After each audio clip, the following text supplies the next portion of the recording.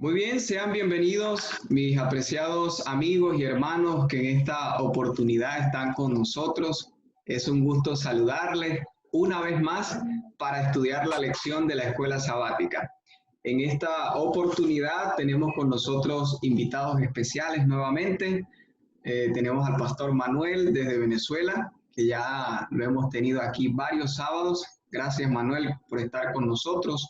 Y tenemos al pastor Alejandro Barrios, que se conecta con nosotros desde Estados Unidos. Gracias, pastor, por la oportunidad de estar aquí con los hermanos y poder estudiar la palabra de Dios. Muy bien, sin más, queremos de una vez iniciar esta lección. Quiero pedirle al pastor Manuel que pueda tener una oración para iniciar este estudio tan importante. Oremos.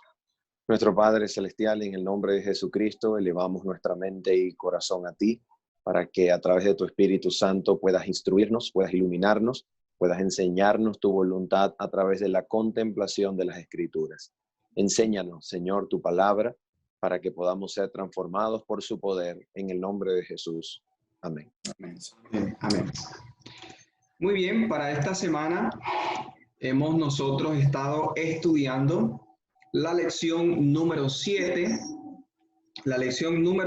y el tema es muy particular, es muy importante también, porque estamos hablando sobre idiomas, texto y contexto. Y en ese sentido, queremos simplificar algunas metodologías o algunas enseñanzas de la lección para que todos nuestros amigos y hermanos que nos ven en esta transmisión puedan tener la oportunidad de tener una mente un poco más clara, abierta respecto a este tema y así poder comprender mejor la escritura, que es el fin último de la lección y de estos temas tan importantes. Quiero mencionarles a manera de introducción que nuestro mundo tiene aproximadamente más de 6.000 idiomas, podemos decirlo. Y de esos 6.000 idiomas, se cree que, incluyendo al Nuevo Testamento, solo 2.500 idiomas está traducida la escritura, así que queda un amplio porcentaje de idiomas que aún no conoce, a pesar del gran esfuerzo que han hecho las sociedades bíblicas por llevar la palabra de Dios a muchos lugares. Sin embargo, de los más de 7.000 millones de personas que hay en el mundo, más de 6.000 millones de personas tienen acceso a la escritura, tienen acceso a la Biblia, está disponible para ellos. Y considero que es un privilegio, amigos, hermanos y pastores que nos acompañan, que es un privilegio muy grande nosotros tener hoy en día la Biblia aquí física, poder leerla con libertad. Y bueno, lo que hemos estado en cuarentena, hemos tenido la oportunidad de leerla un poco más. Así que queremos en esta oportunidad entonces iniciar preguntándole a los pastores invitados cómo entender las escrituras, cómo nosotros podemos comprenderlas, cómo es que ese libro sagrado está allí para nosotros y qué necesitamos usar para poder comprender la escritura. ¿Qué nos pueden decir? Sí, muy bien, Juan. Y saludos para todos los hermanos que nos están viendo en esta hora. En primer lugar, hay que recordar que Dios escogió un pueblo y fue el pueblo de Israel. Ese pueblo tenía un idioma principal, era el hebreo, y las escrituras, la Biblia, fueron dadas originalmente en ese idioma, el idioma que el pueblo escogido hablaba. También en la medida en que el pueblo fue creciendo y el periodo de tiempo de más o menos 1500 años, el hebreo no únicamente llegó a ser el idioma de Israel, sino también se hablaba arameo, que era un idioma muy similar al hebreo. Y cuando Alejandro Magno conquista el mundo conocido para aquel entonces, una de las ramas del imperio griego tiene que ver precisamente en abarcar al pueblo judío de la época de Jesús, en la que se escribe el Nuevo Testamento. Ya el idioma hebreo no es el principal idioma, sino que es el griego. Y por eso tenemos que el Nuevo Testamento es escrito, a diferencia del Antiguo Testamento, en griego, el idioma universal que se hablaba en aquel tiempo. Entonces, en primer lugar, necesitamos ser conscientes de que la Biblia tiene un idioma original: hebreo, griego, arameo. Y para acercarnos de manera directa al texto, necesitaríamos estudiarlo en sus idiomas originales, pero gracias a Dios existen traducciones también. Muy bien, gracias, Pastor. Pastor Manuel. Sí, nosotros, bueno, aprovechando en primer lugar para saludar a nuestros hermanos que nos sintonizan desde esta hora. En primer lugar, nosotros, aparte de tener en cuenta los idiomas, como ya lo mencionaba el pastor Alejandro, es muy importante tener en cuenta que la escritura es una totalidad, toda la escritura. No solamente nosotros como protestantes y creyentes en Jesucristo, no solamente realzamos la escritura y la ponemos como sola escritura, en el sentido de que la escritura tiene primacía, sino también nosotros consideramos la escritura como en toda escritura, es decir, toda la escritura es inspirada por Dios.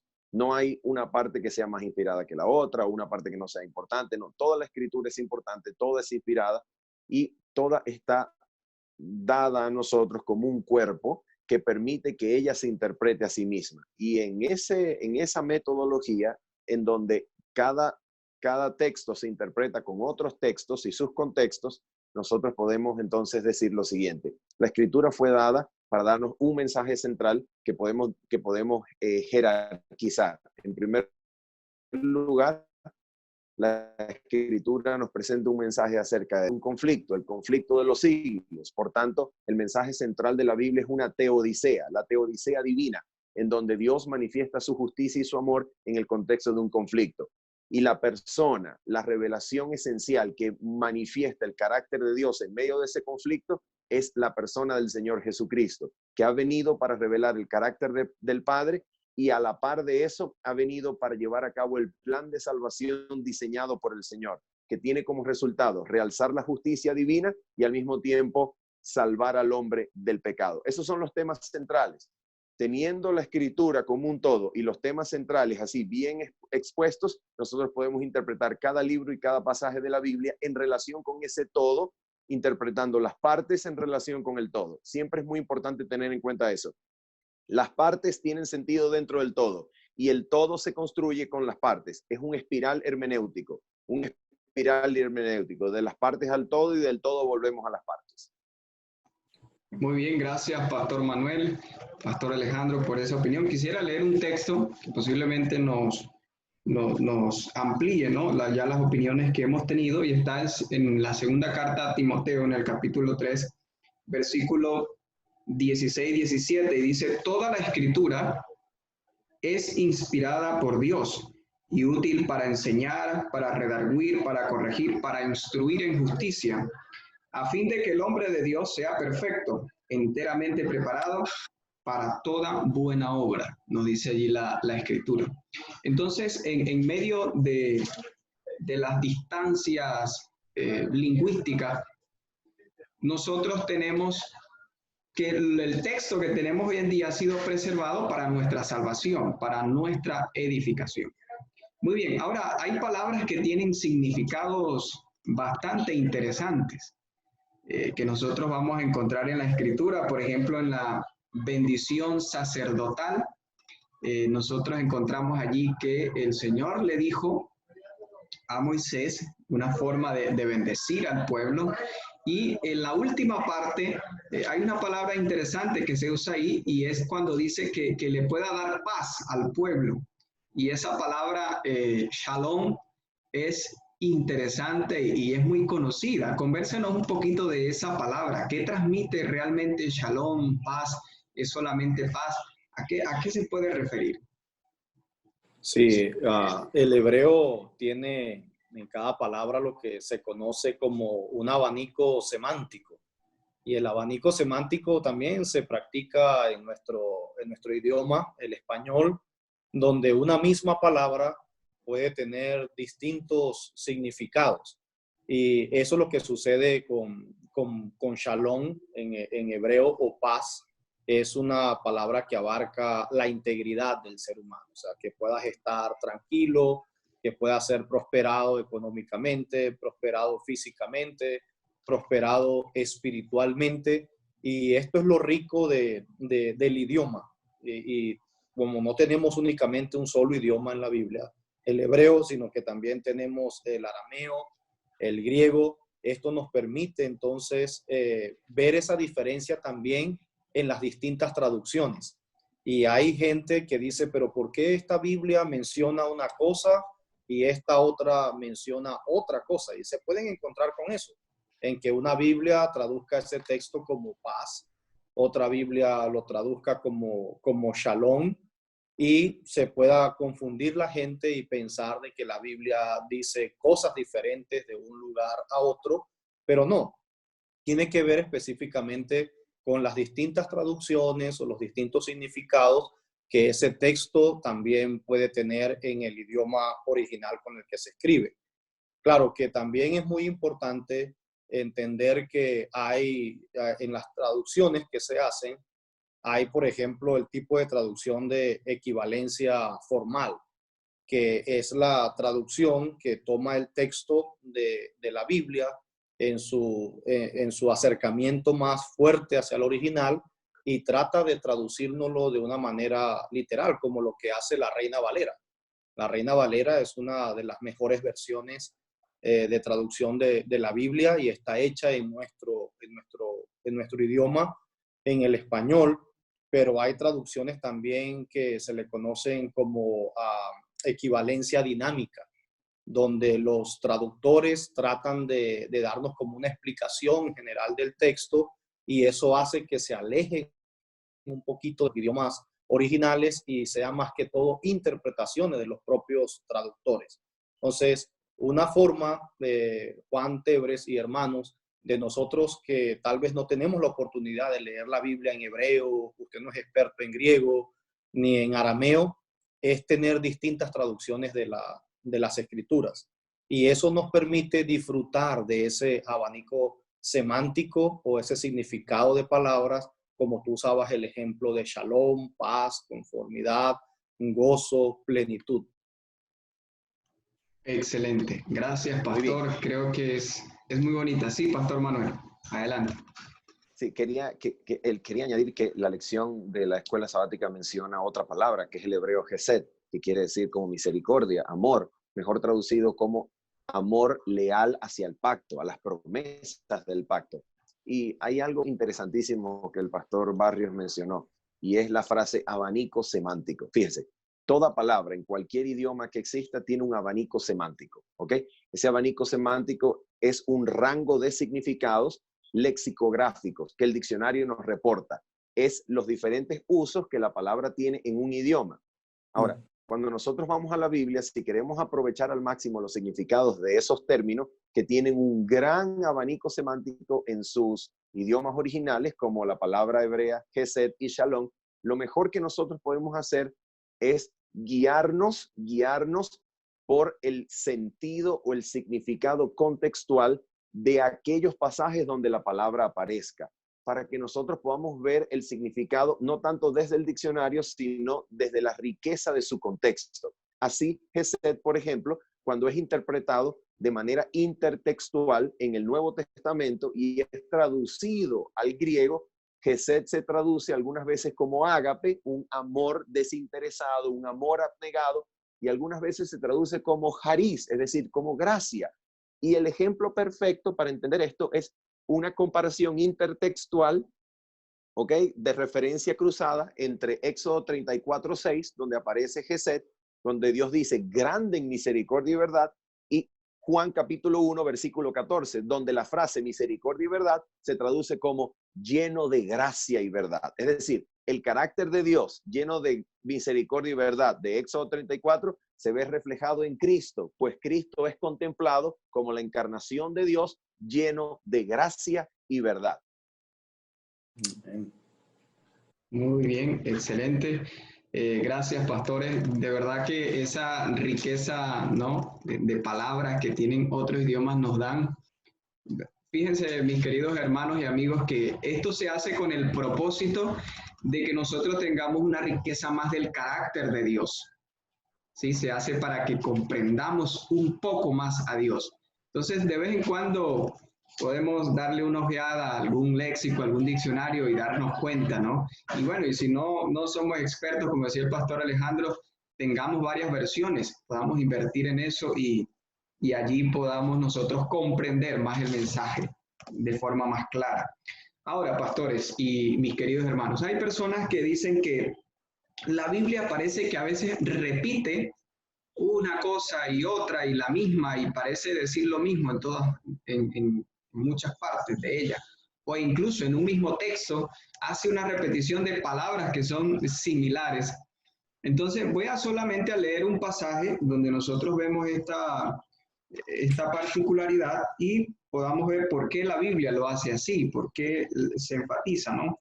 Tenemos Génesis 1:26, donde dice, entonces dijo Dios, hagamos al hombre a nuestra imagen, y luego dice a nuestra semejanza, y tenga potestad sobre los peces del mar, las aves de los cielos y las bestias, sobre toda la tierra y sobre todo animal que se arrastra sobre la tierra. Y creó Dios al hombre a su imagen. Una vez más dice, a imagen de Dios lo creó, varón y hembra los creó.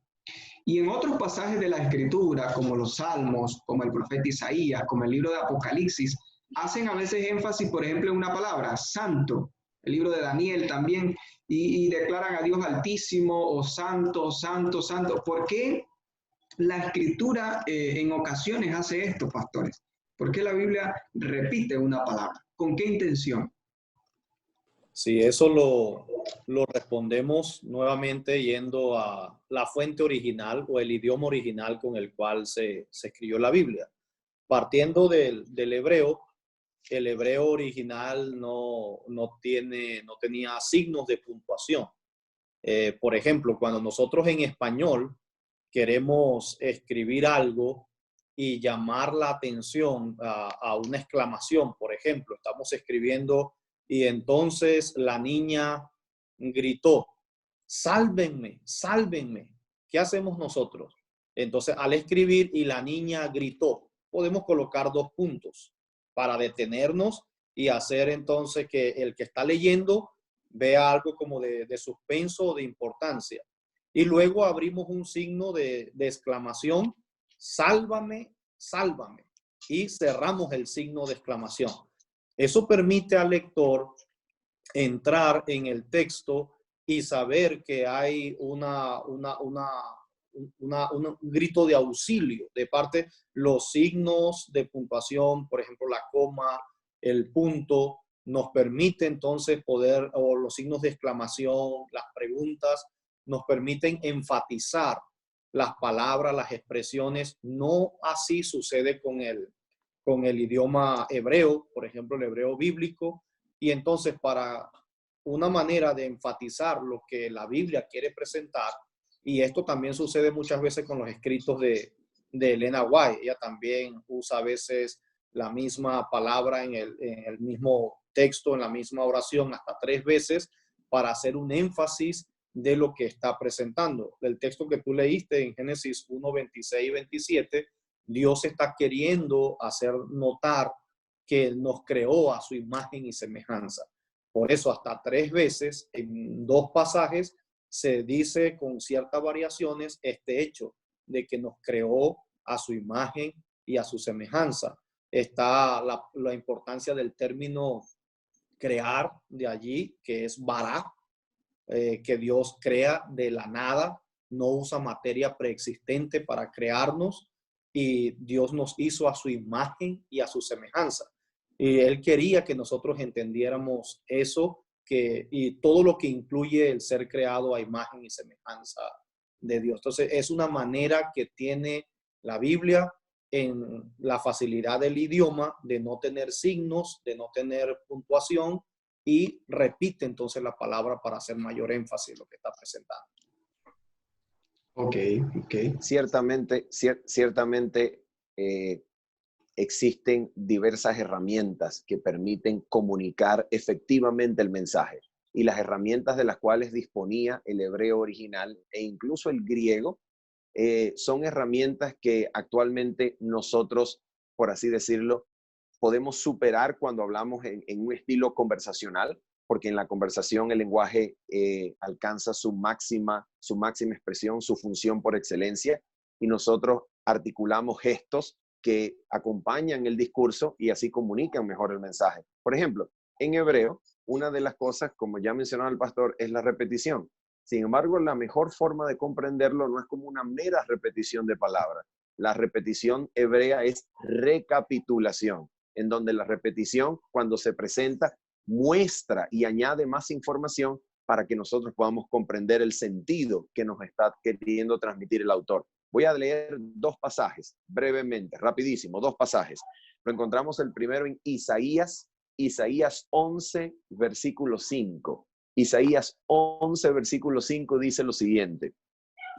Miren cómo funciona la repetición hebrea, la recapitulación. Se da en términos de un paralelo sinónimo. Mira cómo funciona. Dice así. Isaías 11:5.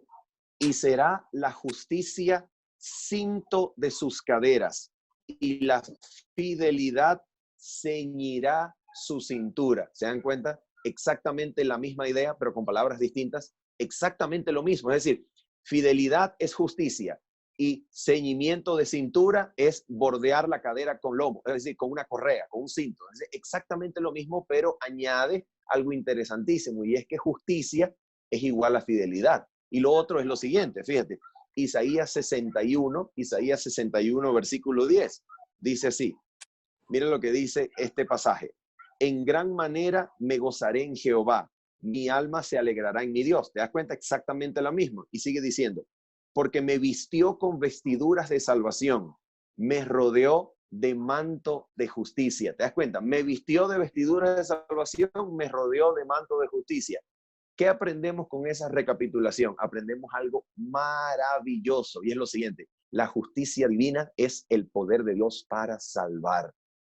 Eso es la recapitulación hebrea, es una transmisión riquísima de significados a través de, no de una mera repetición de palabras, sino de una recapitulación, una repetición que amplía el significado. Muy bien, excelente pastor, muchas gracias. Y bueno, quisiera agregar algo bastante breve acá, y es que hemos de entender también que el pensamiento hebreo es un poco más concreto que el nuestro. El nuestro es un tanto más abstracto, ¿no? Pensamos en justicia, amor, gracia, palabras abstractas. Entonces, posiblemente influya que ellos tienen un pensamiento más concreto al pensar, bueno, un hombre bienaventurado es semejante a un árbol que está junto a las corrientes de agua y que da su fruto a su tiempo y su hoja no cae. Entonces, ese pensamiento influye al momento de plasmar sus ideas, ¿no?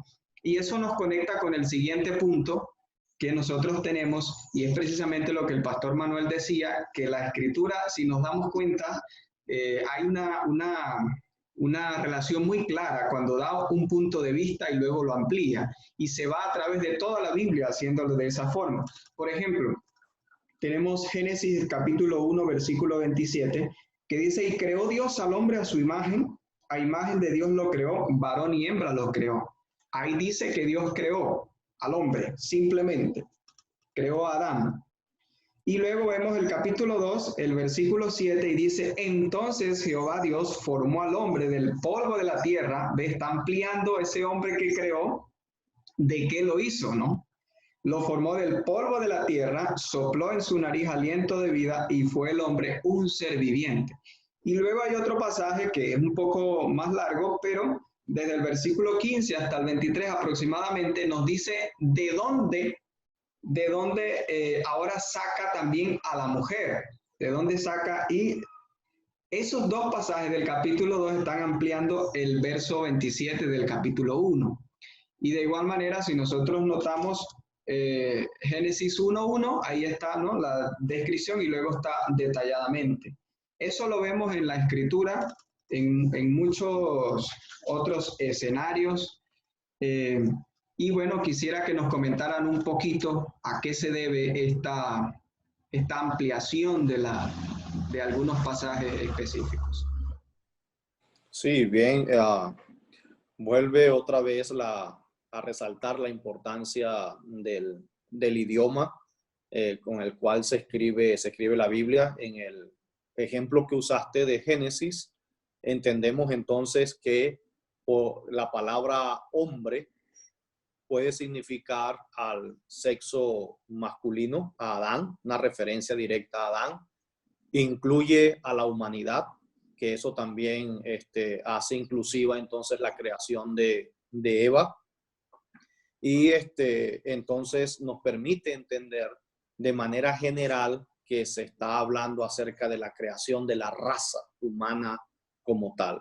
Nosotros hoy en día tenemos que hablar en nuestro idioma, hombre y mujer.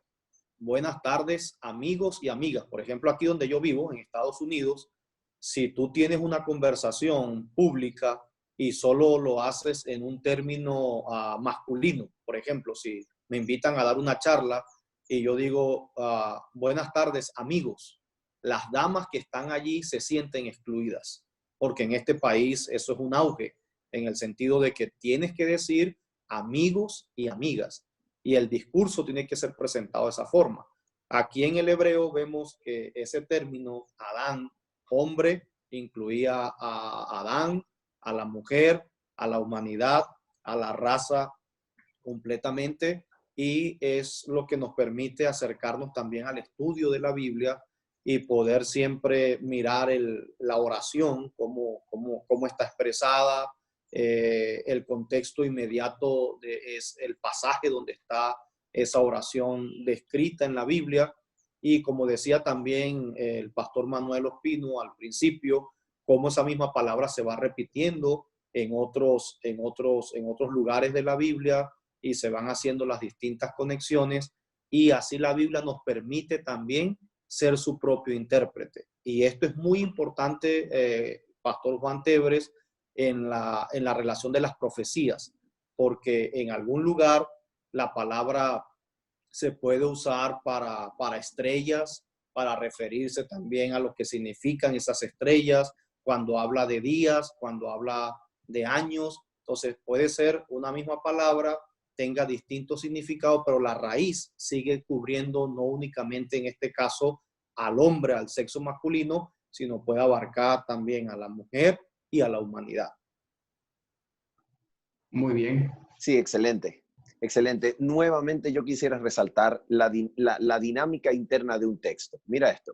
¿Qué cosa es un texto? ¿Qué es? Cuando uno abre la Biblia y agarra un texto, ¿qué es un texto? Fíjate, un texto es una unidad literaria conformada por caracteres escritos, ¿ok?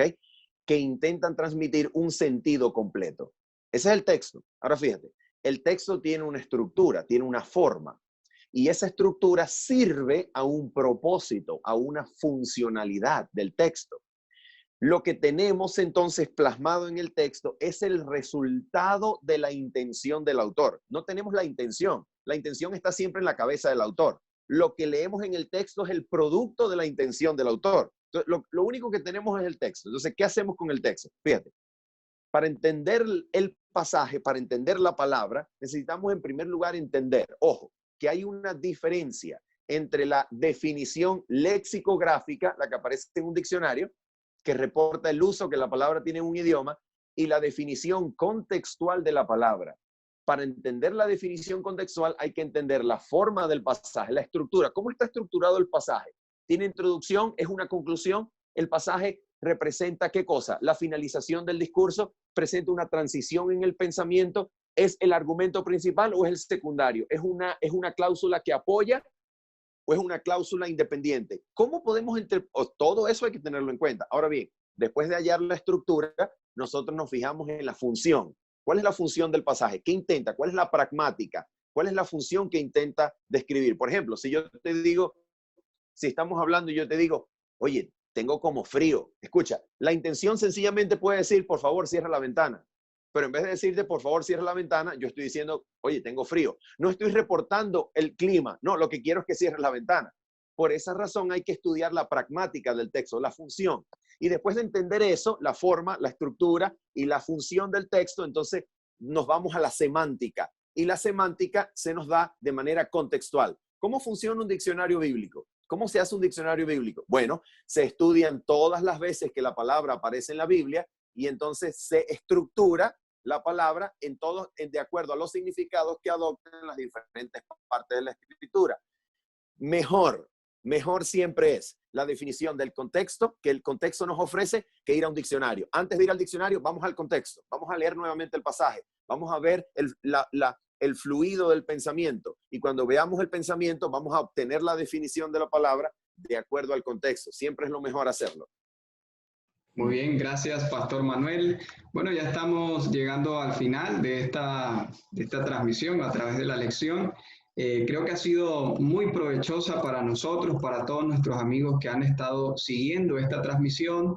Queremos recordarles que usted puede dejar sus preguntas en los comentarios, sus opiniones. Queremos finalizar extrayendo algunos asuntos prácticos. Yo quisiera preguntarle a los pastores, ¿qué hago yo si no tengo todas las herramientas para estudiar la escritura, o quizá todo el tiempo para estudiar la escritura en el lenguaje original, en evaluar esas estructuras de cada libro? ¿Cómo yo puedo con lo poco que tengo, que pueden ser unas versiones de la Biblia, un comentario bíblico, nada más, un folleto? ¿Cómo puedo hacer yo para sacarle el máximo provecho a mi Biblia y poderla entender, ¿sí? Según lo que hemos estudiado en esta semana? Sí. En primer lugar, es muy importante someterse a la acción del Espíritu Santo en la vida del estudiante de la Biblia. Recordemos que fue el Espíritu Santo quien inspiró las Escrituras, quien inspiró a los autores bíblicos, y Él es el único que es dado para nosotros poder entender las cosas que allí están escritas en la palabra de Dios. Así que nunca abras tu Biblia, nunca comiences a leer tu Biblia sin antes haber pedido humildemente la dirección del Espíritu Santo. Llega a las Escrituras no intentando comprobar lo que tú ya sabes. Hay gente que quiere revisar acerca de la posición de quiénes son los 24 ancianos en el libro Apocalipsis, pero entonces ya llegan con el concepto, con el preconcepto. Bueno, es que yo voy a demostrar que los 24 ancianos son de los seres humanos que resucitaron cuando Jesús ascendió al cielo, cuando Jesús murió, de Mateo 27, y voy a demostrarle al pastor que sale en YouTube diciendo que son ángeles poderosos.